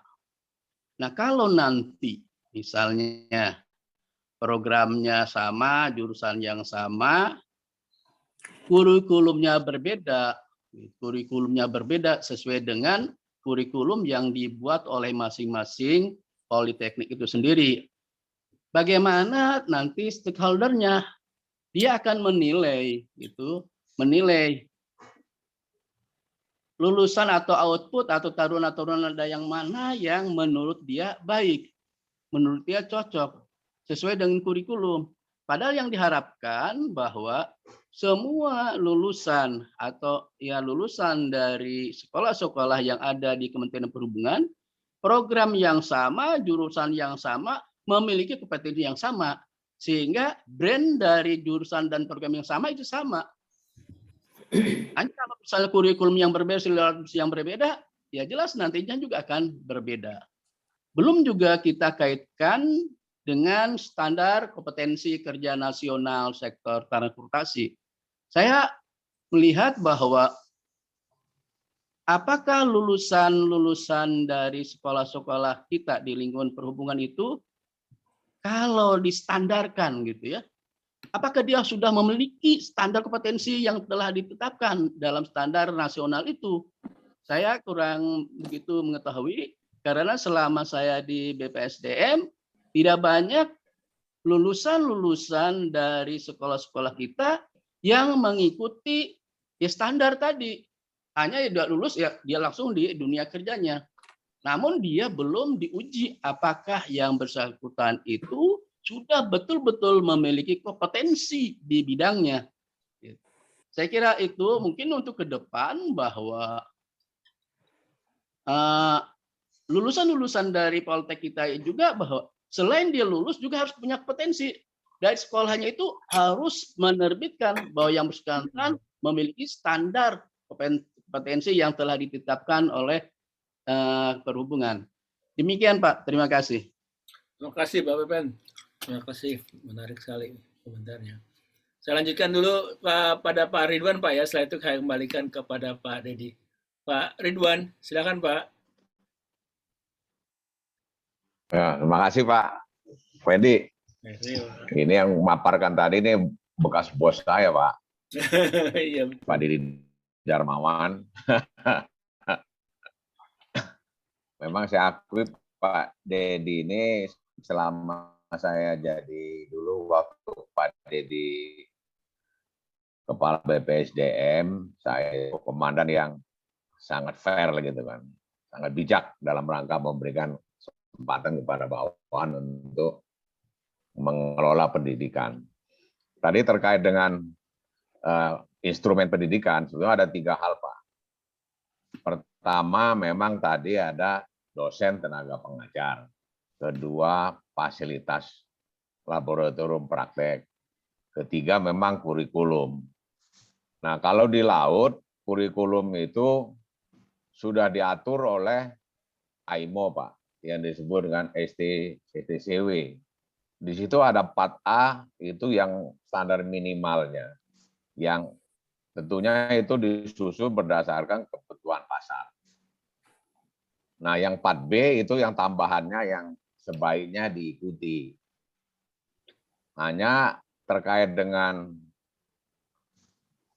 dosen, karena kita ini sekarang sekolah-sekolah kita itu sudah mengacu ke pendidikan tinggi semua, sehingga kita itu, saya lihat, saya sekarang status saya jadi dosen STP, Pak. Jadi dengan kondisi ini, sehingga sekolah-sekolah di perhubungan itu sekarang punya 2 orang tua Dikbud dan orang tua perhubungan. Nah, dengan 2 orang tua ini, sehingga kita itu terikat dengan kebijakan-kebijakan dari masing-masing instansi. Kalau dengan perhubungan kita sudah familiar, cuma kalau dengan Dikbud itu yang nampaknya saya lihat ada kesulitan terkait dengan penyediaan tenaga-tenaga dosen yang harus mengikuti pola-pola yang diatur oleh Dikbud. Karena ada jenjang-jenjangnya, nah, sehingga membuat kesulitan seperti di perhubungan tenaga yang memenuhi syaratnya juga mungkin kurang. Sementara di STIP yang paling banyak, sehingga STIP itu orang-orangnya disuruh mengabdi ke lembaga pendidikan yang tadinya kosong. Sehingga air jadi menurun lah. Kalau ibarat air itu tadinya sudah agak penuh, dikurangi, sehingga yang semua jadi setengah-setengah semua. Itu yang pertama, Pak. Yang kedua, berkaitan dengan budaya pengelolaan lembaga pendidikan. Itu juga mungkin perlu mendapat perhatian kita, karena kita ini punya sekolah, yang punya kantor. Nampaknya kita ini masih kantor yang punya sekolah, sehingga yang banyak powernya, kewenangannya, sehingga yang mengelola kampus ini agak kesulitan mengimbanginya. Nah, ini budaya kepemimpinan yang harus disesuaikan, Pak. Nah, terkait dengan tadi itu yang magang-magang tadi, kalau di laut itu sudah ada. Kita dulu sudah punya sama Pak Bobi, dulu saya sudah waktu Pak Bobi, pola penelitian. Jadi setiap instruktur itu 1 tahun berlayar, diberi kesempatan setelah dia bekerja 5 tahun. Diberi kesempatan berlayar, tapi itu masih di cover sebagai status pegawai negeri, Pak. Nah, jadi pegawai negeri tetap tidak hilang, cuma kesempatan berlayar diberikan untuk menyesuaikan dengan kondisi yang terjadi di lingkungannya dia pada yang terakhir gitu kan. Nah, ini yang sekarang ini kayaknya belum nggak jalan gitu, Pak, saya lihat belum jalan. Nah, ini mungkin kebijakan pimpinan di kementerian juga perlu ada lah gitu, kalau mau betul-betul menyiapkan tenaga pengajar yang kemampuannya bisa menyesuaikan dengan kondisi lingkungan di mana dia harus mendidik para siswa itu, taruna itu. Nah, itu kira-kira terkait dengan kurikulum dan tenaga pengajar. Kalau peralatan laboratorium memang juga harus disiapkan. Seperti halnya waktu saya di Sunter dulu, saya yang membangun itu, mungkin Pak Dedi sekarang jadi anggota dewasnya itu, Pak Dedi kepala badannya. Itu semua gedung-gedung di Sunter itu uangnya dari BLU semua, Pak. Jadi semua dana BLU kita pakai sepenuhnya untuk membangun peremajaan, meremajakan.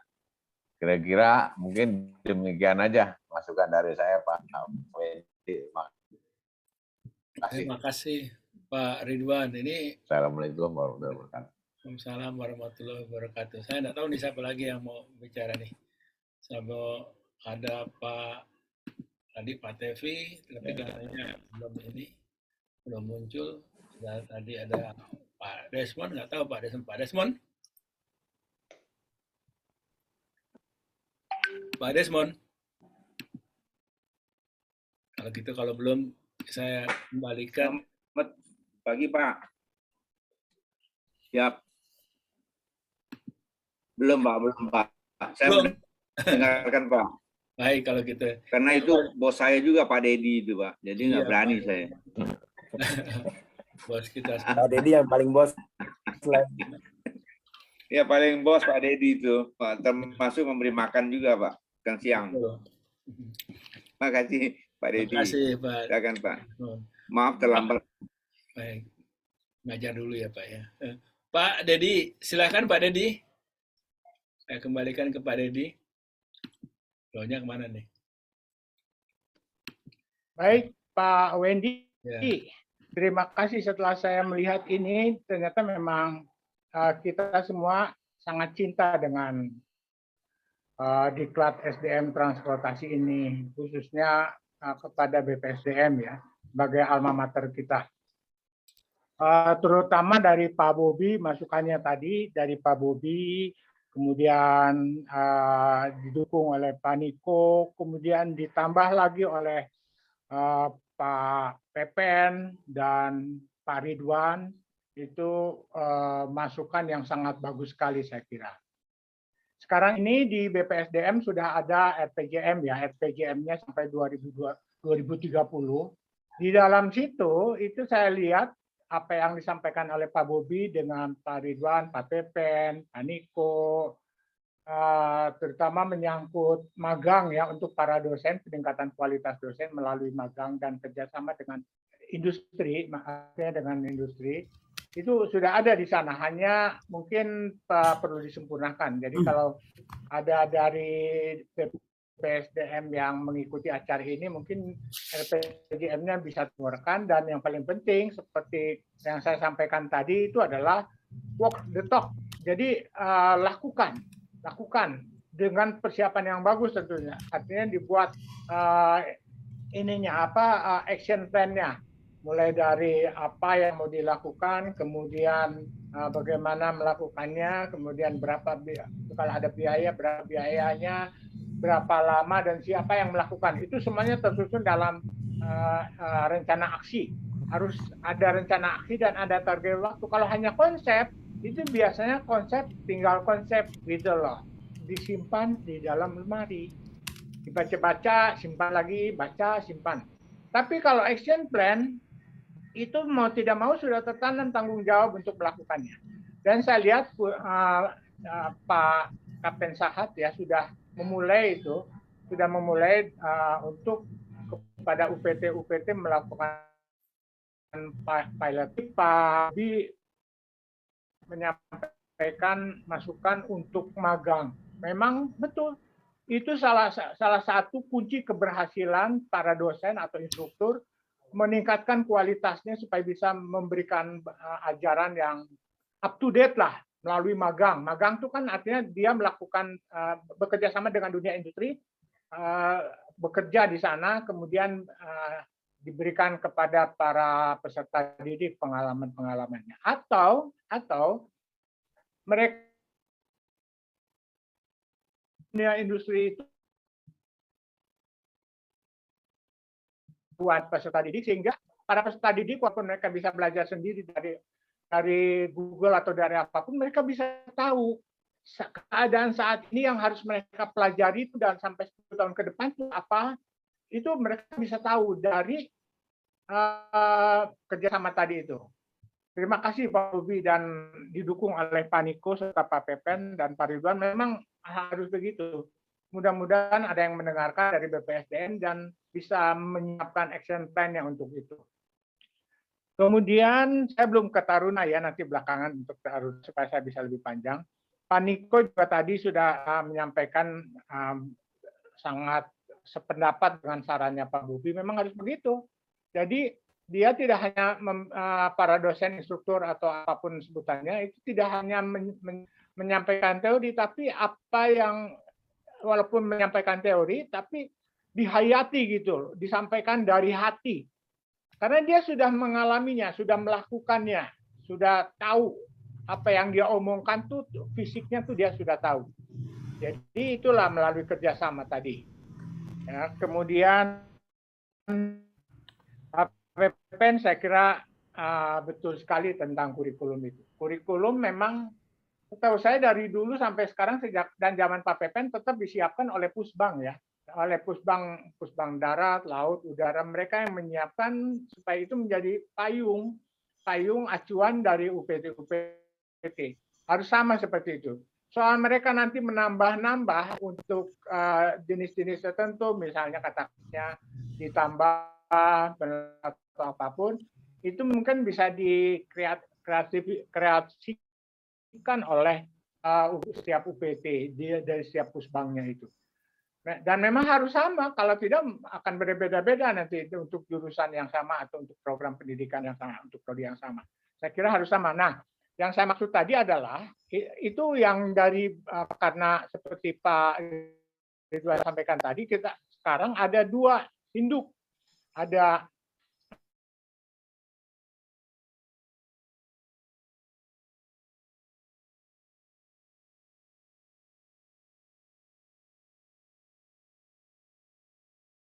di Kementerian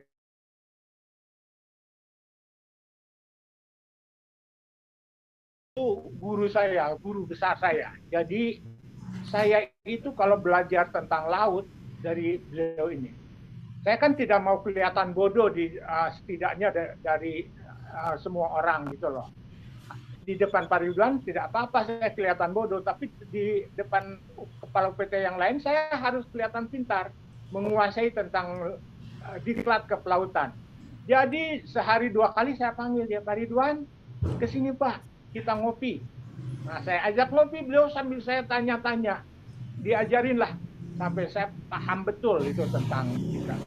Memang kelemahan saya waktu itu, kelemahannya waktu itu saya sering dihasut oleh Pak Ridwan.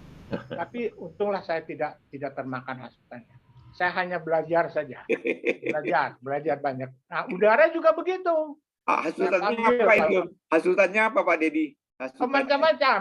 Macam-macam, tapi saya tidak perlu bahas di sini karena nanti akan ini apa? Tidak bagus. Perlu sesi khusus. Iya, nanti untuk diskusi khusus. Tapi begitulah, banyak saya belajar dari Pak Ridwan. Saya setuju Pak Ridwan. Dari dulu sekali itu saya bicara. BPSDM itu bukan kantor yang ada sekolahnya. BPSDM itu adalah sekolah yang ada kantornya. Jadi ini apa baguskan gitu loh, baguskan sekolahnya, bukan kantornya yang dibaguskan. Kantornya kecil saja, tidak usah bagus-bagus. Sekolahnya yang dibaguskan, termasuk dosen-dosennya, instruktur-instrukturnya, guru-gurunya. Ini kan apa? Bahagiakan mereka. Jangan sampai ada keluhan seperti yang Pak Sahar sering keluhkan. Saya harus naik ke lantai 4 jalan kaki. Umur saya sudah berapa? Dulu. Nah inilah, ini menjawab bedanya BPSDM zaman dulu dengan BPSDM zaman sekarang. Salah satunya adalah itu. Dulu yang ngajar tuh masih muda-muda, jadi saya pikir ngapain harus ada lift? Jalan kaki 4 lantai itu, jalan kaki naik tangga, jalan lantai itu masih oke. Berhenti di lantai 3, istirahat 5 menit, jalan lagi ke lantai 4, itu sehat. Lakukan itu. Saya sekarang pernah punya udah ya. Sekarang udah tua. Nah, sekarang udah pada tua mengeluh. Nah, itulah bedanya diklat dulu dengan diklat sekarang. Bedanya di BPSDM dulu dengan BPSDM sekarang. BPSDM sekarang sudah luar biasa hebatnya. Jadi beruntunglah para taruna-taruni yang belajar sekarang ini.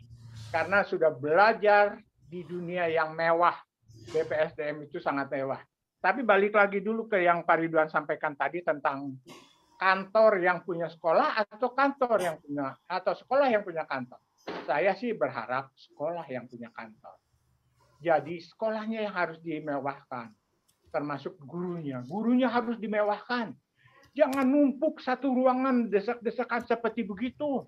Saya pernah tuh ke STTD, gede gedung sekolahannya, gedungnya, kantornya besar. Saya masuk ke ruang Pak Sahar, ya ampun. Kopinya juga cangkirnya beda-beda warnanya, bentuknya beda-beda. Kok begini ya? Ini dosen luar biasa padahal.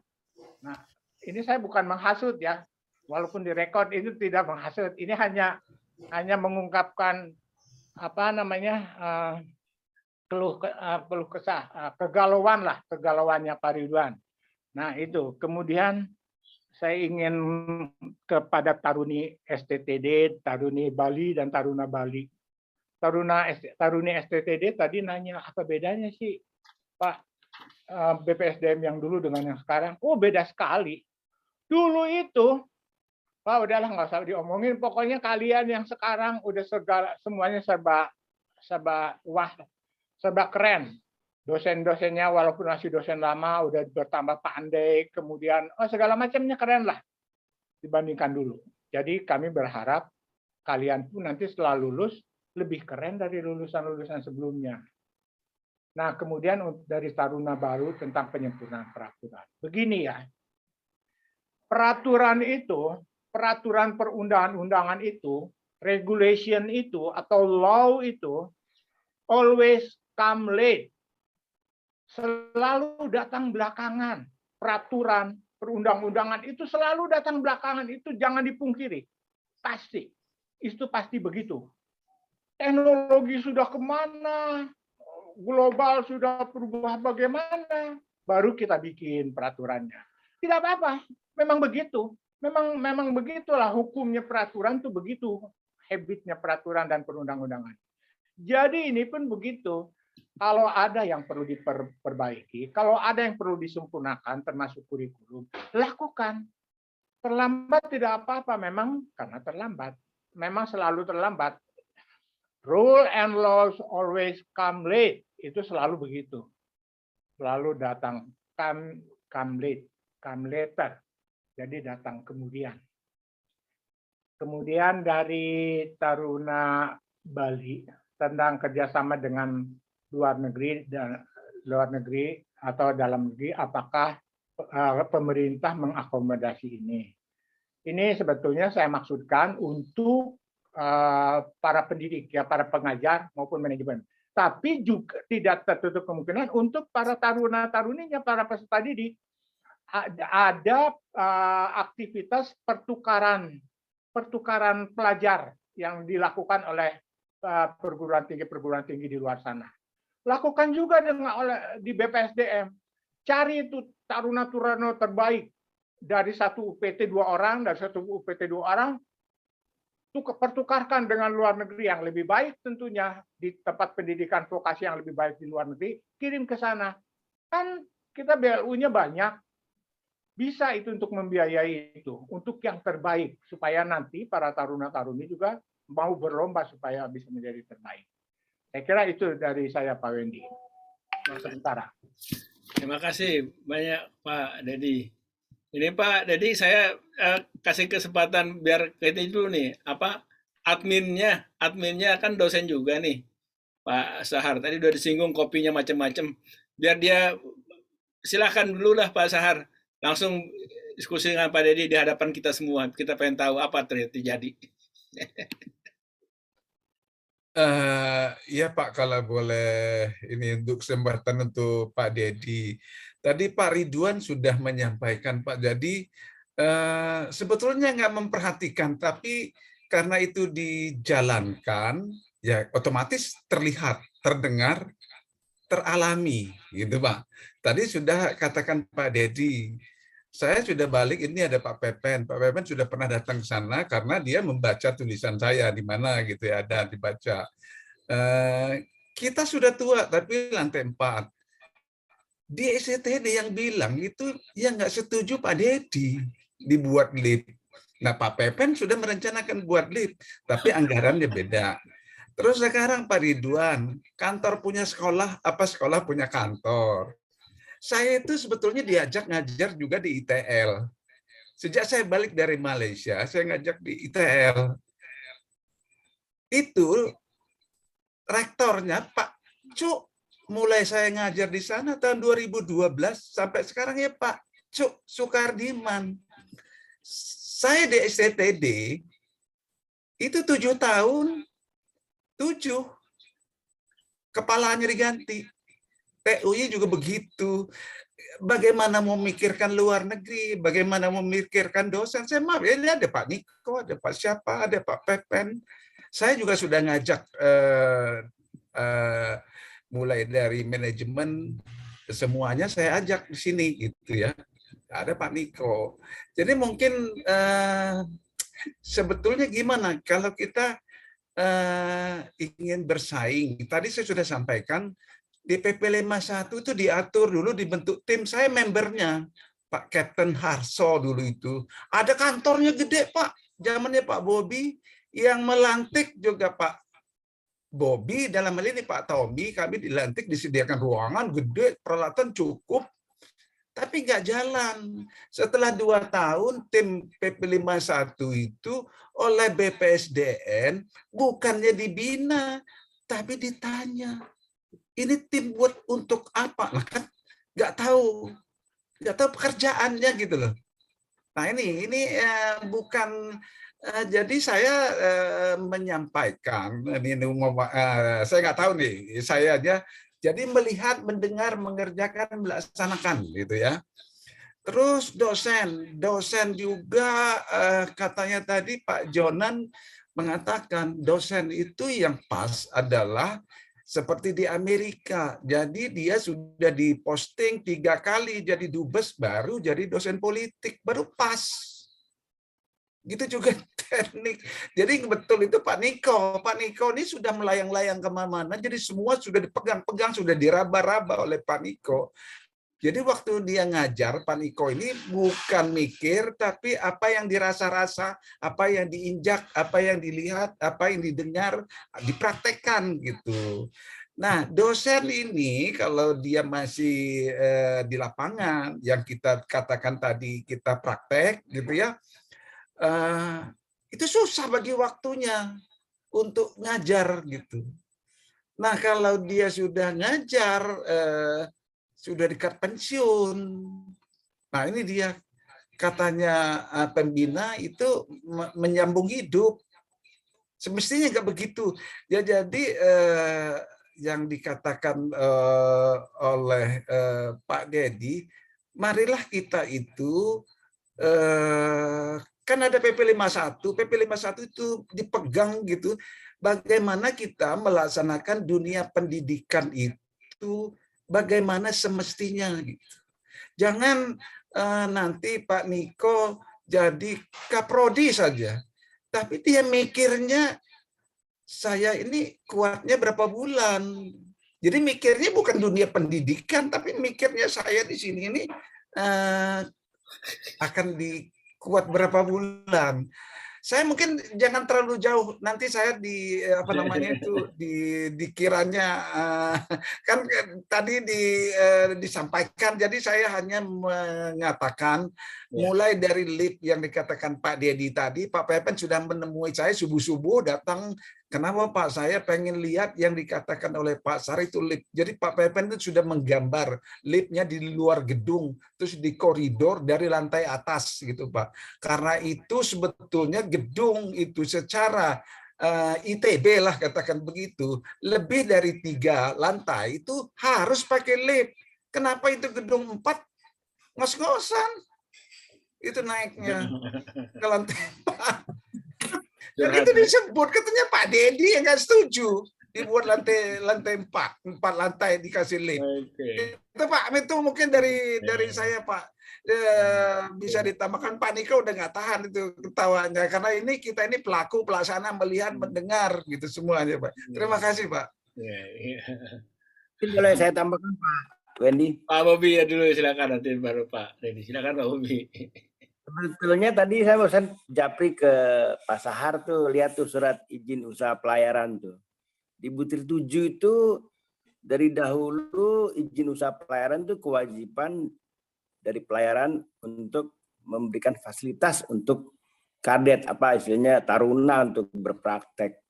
Ya mungkin dikembangkan juga di situ untuk, karena di undang-undang sih ada ya.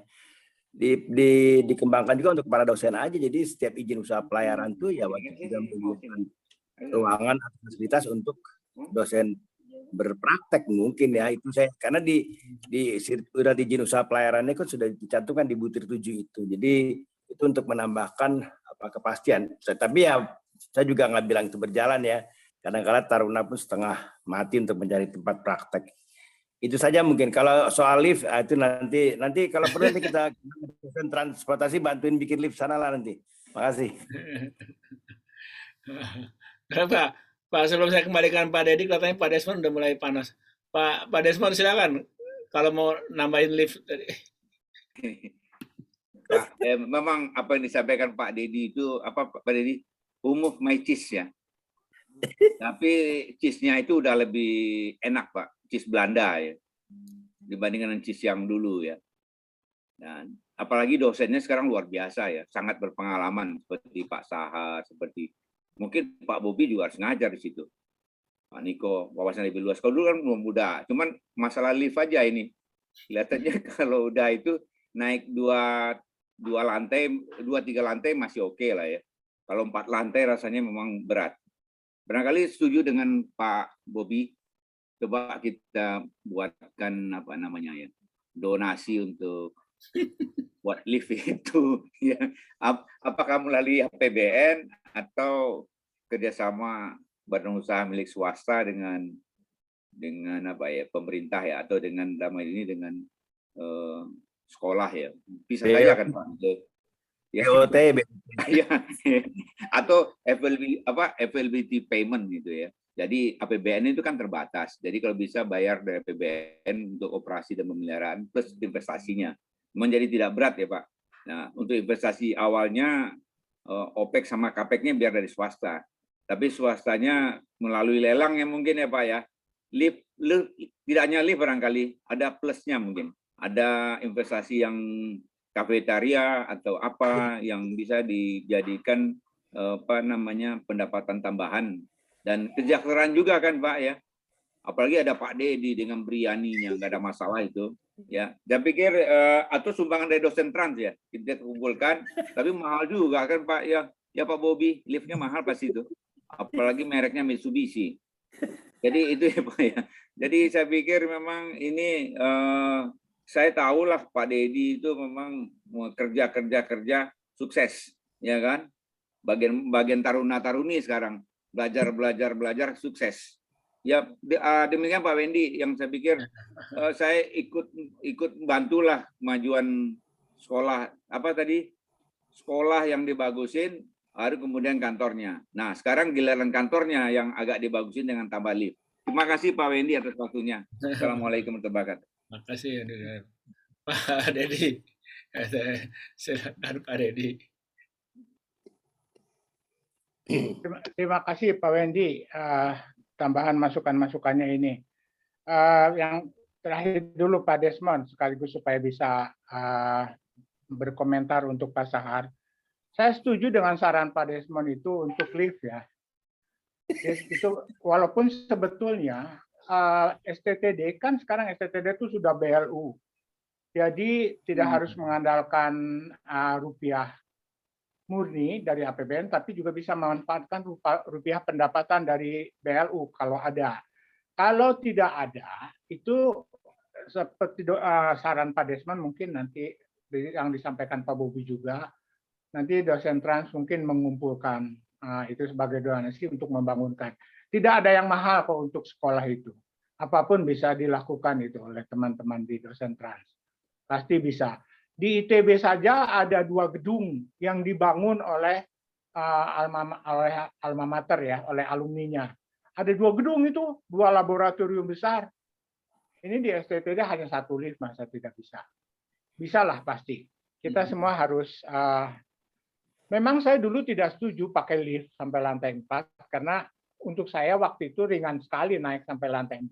Waktu itu ya tahun 2008 kalau tidak salah. Tapi sekarang sih, waduh, nggak tahan lah kalau sampai lantai 4. Mungkin hanya sampai lantai 2 istirahat, kemudian naik lagi 1 lantai istirahat, baru naik lagi 1 lantai. Buang-buang waktu. Jadi mungkin memang harus ada lift itu.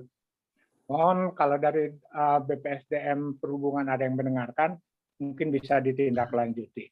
Kemudian itu juga memang bagian dari bagaimana kita membahagiakan para dosen atau instruktur sebagai ujung tombak. Karena merekalah sebetulnya kalau di perusahaan penerbangan yang menjadi pilotnya, yang menjadi pilot yang menghasilkan uang untuk BLU itu, yang berhubungan, yang membuat pandai para taruna-taruni, yang mereka itu dosen-dosen, instruktur atau apapun namanya, yang membuat para taruna-taruni peserta didik itu tahu segala macam dan pandai, ya mereka. Yang menghasilkan uang, ya mereka. Mereka itu kalau di perusahaan penerbangan pilot, kalau di perusahaan pelayaran ya kapten kapal. Ya mereka harus dibahagiakan gitu loh. Harus dimuliakan hidupnya, harus dimuliakan. Saya walaupun bukan hari guru sekarang, saya sangat appreciate untuk para guru dan para dosen. Terus soal dosen magang susah ngatur waktu ya. Sebetulnya sih ini yang Pak Bobi sampaikan tadi itu penting untuk dimasukkan di dalam RPJM BPSDM itu Pak. Saya kira betul itu. Jadi selain kerjasama untuk memagangkan para taruna-taruni di industri, juga ada kerjasama dengan industri itu untuk magang para dosen. Ya, para dosen itu bukan ngatur waktu sebentar kerja, sebentar ngajar, enggak. Full dia kerja di sana, full dia ngajar praktek di sana. Yang ngajarnya tukeran, yang kerja suruh ngajar gitu loh. Yang kerja jangan khawatir soal materi ajar. Materi ajar itu bisa dilihat di dalam Google. Tapi metode mengajar dan bertukar pikiran itulah yang diharapkan oleh para taruna-taruni. Bukan materinya. Jadi nanti gimana materinya beda? Enggak bakal, enggak penting gitu loh. Yang penting metodenya. Nah, dengan regulator juga bisa begitu kerjasama. Pak Sahar jadikan Kasubdit prasarana lalu lintas jalan, Kasubditnya sementara jadikan dosen dulu 6 bulan kek, mau 1 tahun kek, ditukar-tukaran. Jadi jangan biarkan dosen jadi dosen terus-terusan. Jadikan Kasubdit di sana, sementara Kasubditnya suruh ngajar. Nah, terus Pak Sahar soal KUPT-nya atau rektornya. Saya kurang sependapat dengan Pak Sahar mau ganti setahun, 2 tahun. Mau setahun ke, 2 tahun ke, ganti-ganti nggak masalah. Justru mungkin bagusnya 2 tahun sekali, paling lama 3 tahun, udah ganti. Jangan berpikir, wah nanti diganti ke 0 lagi. Enggak. Yang menggantikan nanti akan lebih baik gitu loh, bukan yang merusak yang sudah dibangun. Mereka akan meneruskan menjadi lebih baik. Malah kalau dosennya, kalau rektornya atau KUPT-nya nggak ganti-ganti, misalnya seperti sampai 5 tahun, bukan saya, kalau saya sih 5 tahun nggak apa-apa. Yang lain gitu lama, itu menurut saya malah jadi seperti katak rebus. Merasa nyaman, di situ dia duduk, di situ dia tidak berpikir apa-apa lagi, udah nyaman. Dia harus ganti supaya terus ada perubahan, ada perkembangan. Pak Jonan itu dulu, kenapa dia pindah-pindah orang dari sana ke sini? 99,9% orang-orang perhubungan itu benci sama Pak Jonan. Saya tahu itu, tapi saya tidak. Mereka semua benci karena sebentar dipindah, baru setahun dipindah. Karena memang semua harus belajar gitu loh. Tanpa pindah, tanpa keluar, tanpa dipaksa dari dunia nyamannya, orang tidak ada yang mau keluar dari dunia nyaman. Tidak ada yang bisa keluar dari dunia nyaman. Jadi harus dipaksa. Pindahkan, mau setahun kek, mau baru 6 bulan kek, nggak apa-apa. Sampai menemukan tempat yang cocok untuk dia berprestasi. Ini nggak penting, nggak apa-apa Pak Sahar. Jangan, kalau terlalu lama dia nanti nyaman seperti kata krebus itu, tiba-tiba mati karena dipanasin pelan-pelan, hangat, merasa nyaman. Tahu-tahu temperatur air sudah 100 derajat, udah nggak sempat lagi loncat, mati kataknya.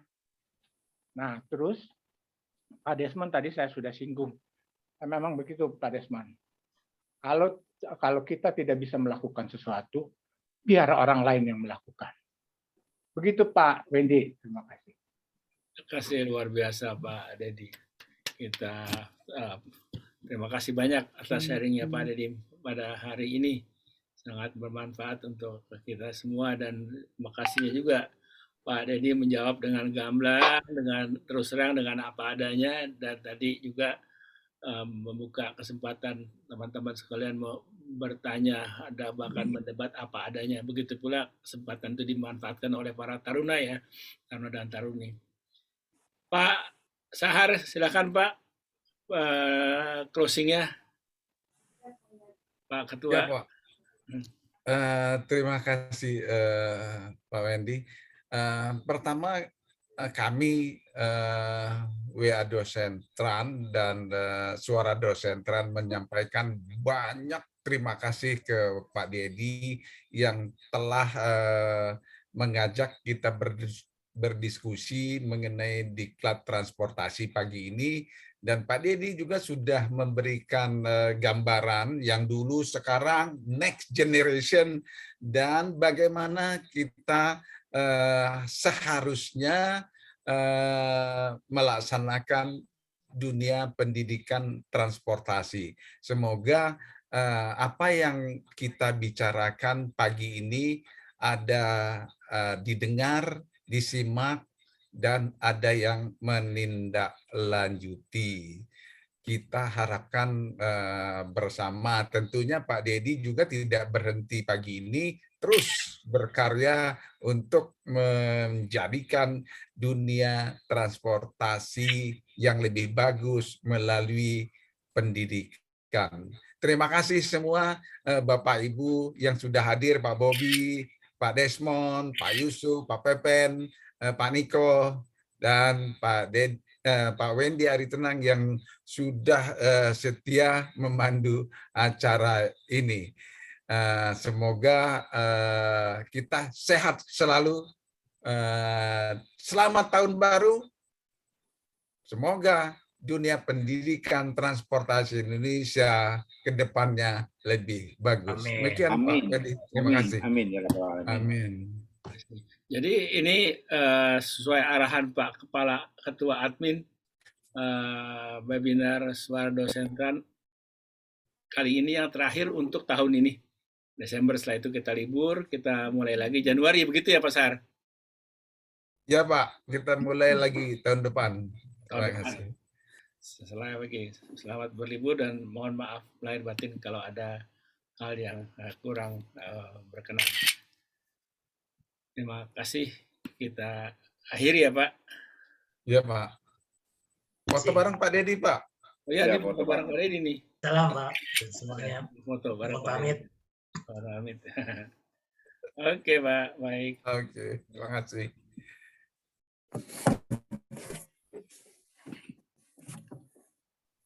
Terima kasih Pak Dedi. Terima kasih Pak Sahar, terima kasih Pak Wendy, Pak Dedi. Terima kasih Pak Sahar, Pak Bobi, terima kasih Pak Bobi, terima kasih Pak Wendy. Pak Desmond, Pak Ridwan, Pak Pepen. Terima kasih. Terima kasih Pak Wendy, Pak Dedi semuanya. Terima kasih Pak Ridwan.